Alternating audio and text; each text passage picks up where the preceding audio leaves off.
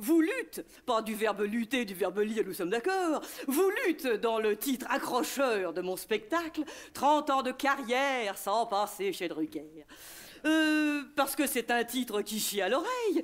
Et puis parce que j'y fus été, jadis, il y a 30 ans, justement. J'étais alors jeune, belle et frisée. Je suis encore frisée. Et j'avais été invitée au théâtre de l'Empire, qui a d'ailleurs été démoli depuis, pour une fois, je n'y suis pour rien. Et il y avait là tous les cadors, Drucker, Martin, Bouvard et compagnie. Moi, je venais faire la promotion de mon premier seul en scène. Donc, c'était du direct, c'était tout le dimanche après-midi. J'arrive, je répète... là, le sketch que j'avais l'intention d'interpréter, qui cartonnait au Café de la Gare. Et à l'issue de la répétition, tous les cadors en question de s'écrier « Oh là là, non, c'est pas possible !» Même Martin, il m'a dit « Mon public est trop con !» Ça rassure?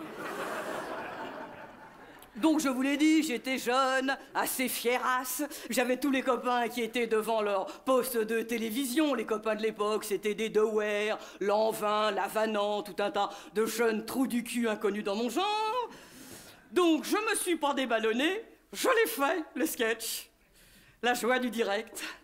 Je vais vous le faire, vous allez comprendre.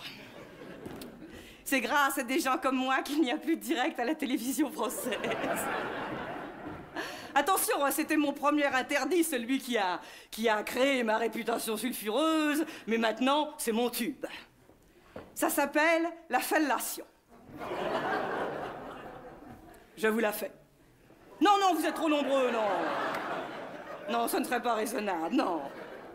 Non, je vous interprète ce texte purement littéraire. Il ne saurait y avoir une recette universelle de la fellation. En effet, la fellation, connue depuis des millénaires, prend des tours et formes multiples selon la tradition et l'imagination locale. C'est pourquoi je m'appliquerai à vous donner ici la recette, tout ce qu'il y a de plus classique, mieux connu dans l'imagerie populaire, sous l'appellation de la bonne vieille pipe comme à la maison. Recette sobre qui aura parachevé le coup de patte de la maîtresse de maison, serviette chaude, autour de la Baltique, fromage en Méditerranée. Libre cours à votre créativité. Préparation, durée variable de 5 à 20 minutes en moyenne selon ce que l'on désire obtenir. Cette mise en train, non, justement. Enfin, ces préliminaires peuvent en effet être envisagés comme une entrée en matière agréable. Ce qu'il vous faut, les ingrédients, un individu sain, de préférence, et un lieu à votre convenance. Nous déconseillons, pour l'avoir essayé, le vélo. Excusez-moi. On aura soin de ne pas nettoyer les parties considérées afin qu'elles conservent leur arôme bien particulier. Responsable d'un délicat fumet toujours apprécié de la consommatrice. Ou du consommateur, ne soyons pas sectaires. Pour commencer, travaillez quelques instants à la main pour donner plus de corps. Humectez les bords, maniez avec douceur pour faire épaissir. Mélangez intimement et pétrir le tout ensemble assez rapidement, avec précaution toutefois, afin d'éviter écrasement ou froissement de tout ou partie. Prenez garde de ne pas pocher, remuez constamment. Surveillez la couleur, une fois la taille désirée obtenue, coupez grossièrement, passez à la moulinette, faites dessécher au four. Ah, je me suis embarquée sur autre chose. Oh, vous aurez rectifié de vous-même. Oh, barbouillez, oui, barbouillez. Oui, barbouillez la surface en remuant, oui. Ayez soin de baigner aussi l'entourage, plutôt plus que moins, mouillé en temps utile s'il y a lieu. Polissez, caressez, tentez, massez, agitez, léchez, sucez, pompez. Mais surtout, évitez, dans la mesure du possible, de mâcher, hein. Ah non, on sait à quel point la morsure peut avoir un effet déplorable quant au résultat escompté. Le dégorgement devra être complet, épais et sans grumeaux si la préparation est bien menée. Il devra être tiède. Eh bien, disons grosso modo l'un dans l'autre, entre 37,8 et 38,7, hein. Au-dessus, c'est une bonne vieille grippe. Et et goûter sa suave saveur végétale. Notre bonne vieille pipe comme à la maison sera parfaitement réussie si vous parvenez à la faire accompagner de glapissements divers. Faire revenir sur le corps et laisser reposer quelques instants, redonner un léger bouillon pour détendre et laisser tomber.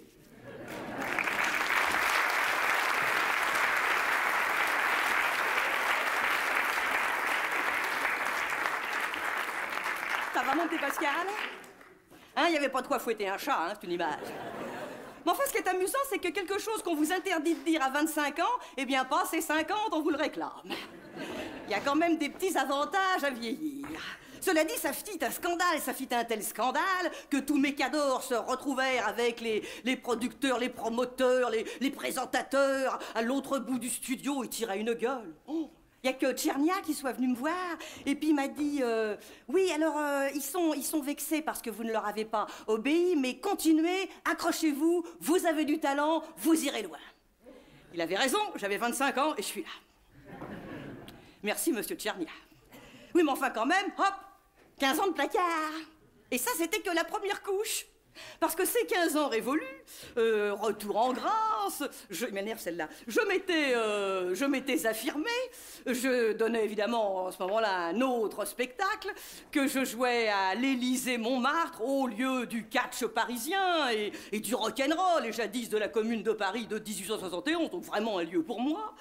Ce spectacle s'appelait « La France, ta fierté fout le camp », hein, déjà. Nous sommes dans les années 90, donc. Et encore, par rapport à aujourd'hui, c'était convivial. J'étais en costume de gym. Voilà, charmante jeune fille. Voilà. Ça aurait été dommage de rater ça. Voilà. Et alors, évidemment, le message de ce spectacle, il y a toujours des messages dans mes spectacles, le message était une dénonciation de l'individualisme forcené de nos congénères. Donc, je suis à nouveau invité à la télévision française pour faire la promo. À nouveau du direct, comme quoi l'info n'était pas passée. C'était un mercredi après-midi, jour des enfants et de l'Assemblée nationale. Un hasard troublant. Cette émission était cornaquée par Michel Larossa, jeune présentateur plein de sympathie et de dynamisme, présenté lui-même comme l'héritier potentiel de Drucker.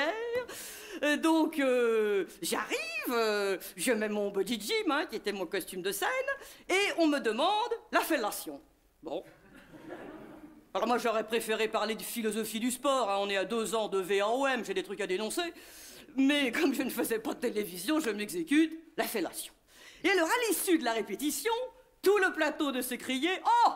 Oh, mais c'est incroyable! Mais quand on pense que ce sketch a été interdit, heureux nous-mêmes comme nous avons évolué. » Bonne ambiance.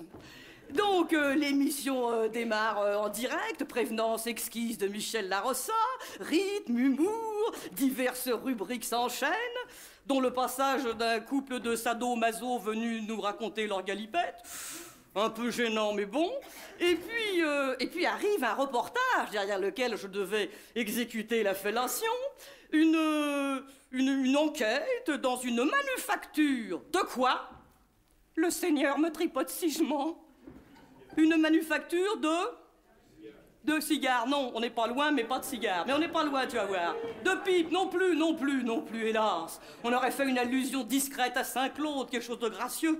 Non, hélas, c'était une manufacture de bites. En plastique. Un grand atelier avec un grand appentis et suspendu régulièrement au-dessus de l'appentis des gaules, des bites, des borins, des braquemars, des zizis, des caquettes, enfin bref, en un mot des bites, quoi. Et si on avait eu le moindre doute, certaines avec des burnes, des glaouis, des valseuses, des roubignoles, des roustons, des bijoux de famille, enfin en un mot, des couilles. Le tout couleur baigneur, et évidemment sans aucun mec qui s'agite au bout. J'étais gênée, là, j'étais gênée. Oh, merci ma petite main.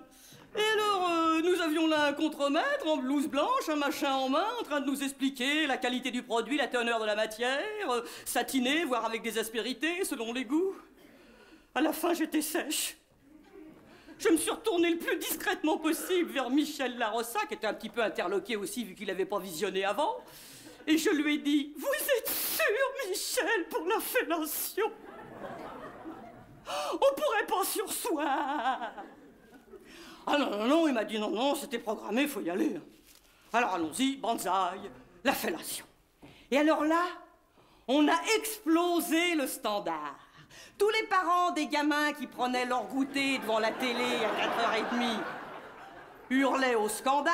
Les députés qui glandaient devant l'écran de la buvette au lieu d'être dans l'hémicycle, alors eux, ils hurlaient au scandale à l'unisson. La direction de la chaîne se bouffait la nouille, vous me direz comme ça au moins on restait dans le sujet. Donc, moralité, Michel Larossa a disparu des grands médias, Michel Drucker est toujours là. Quant à moi, j'en ai repris pour 15 ans.